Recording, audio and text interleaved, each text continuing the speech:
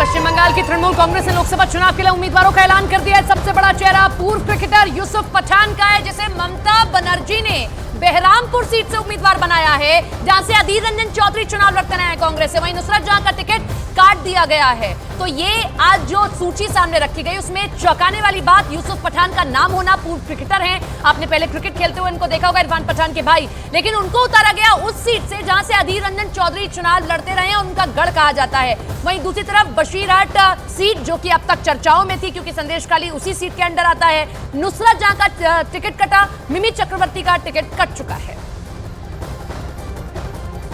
TMC ने बहरामपुर से cricketer Yusuf Pathan को लोकसभा प्रत्याशी के तौर पर उतारा। तो वही सीट जहां से कांग्रेस के अधीर रंजन चुनाव लड़ते हैं, कांग्रेस के साथ गठबंधन नहीं हो पाने के बाद टीएमसी अकेले पश्चिम बंगाल में लोकसभा का चुनाव लड़ने के लिए उतर चुकी है मैदान में। हालांकि कांग्रेस ने अभी अपने उम्मीदवारों के नाम जाहिर नहीं किए हैं, लेकिन माना यह जा रहा है कि यूसुफ पठान को अधीर रंजन के खिलाफ उतारा गया है।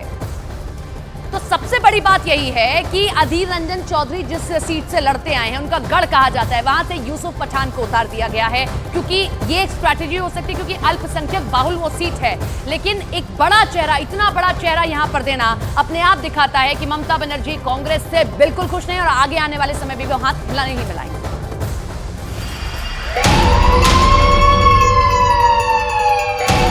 इसी बात कह रहा था कि टीएमसी की लिस्ट पर कांग्रेस की प्रतिक्रिया क्या आएगी। आ चुकी है प्रतिक्रिया। जयराम रमेश ने टीएमसी की लिस्ट पर कहा कि कांग्रेस ने पश्चिम बंगाल में सीट बंटवारे को लेकर कई बार टीएमसी से बात की, लेकिन टीएमसी ने एक तरफा सभी सीटों पर अपने प्रत्याशियों का ऐलान कर दिया है। तो जयराम रमेश की पहली प्रतिक्रिया कांग्रेस के नेता उनकी सामने आ चुकी है। आपसे पहले वो ये कह रहे थे कि बातचीत हो रही है, सीट शेयरिंग का फॉर्मूला जल्द सामने आ जाएगा, लेकिन अब उन्होंने आरोप लगाया ममता बनर्जी पर।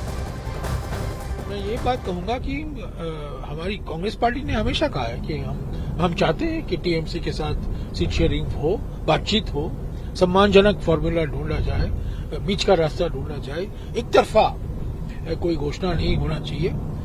ये बात सही है कि हमारे ओर से भी कुछ बयान आए हैं जो कुछ हमको परेशानी हुई है उन बयानों से, पर खुले मन से, बड़े दिल से इन बातचीत हमें करनी चाहिए।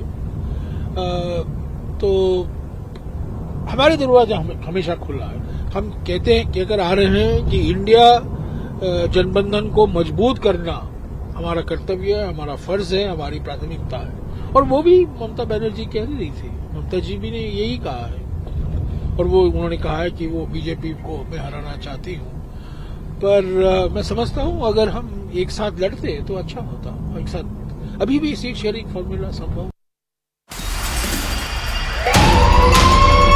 टीएमसी की लिस्ट आने पर बीजेपी ने निशाना साधा। बीजेपी ने टीएमसी पर बाहरी लोगों को टिकट देने की बात कही। बीजेपी नेता सुकान मजूमदार ने कहा कि कीर्ति आजाद और यूसुफ पठान कौन से बंगाली हैं।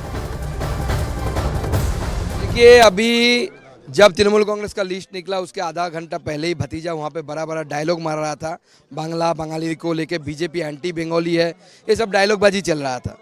अब जब कैंडिडेट निकला देखा गया कि बाहर से लोगों को ला रहे हैं। कीर्ति आजाद कौन सा बंगाली है मुझे पता नहीं, यूसुफ पठान कौन सा बंगाली है मुझे पता नहीं।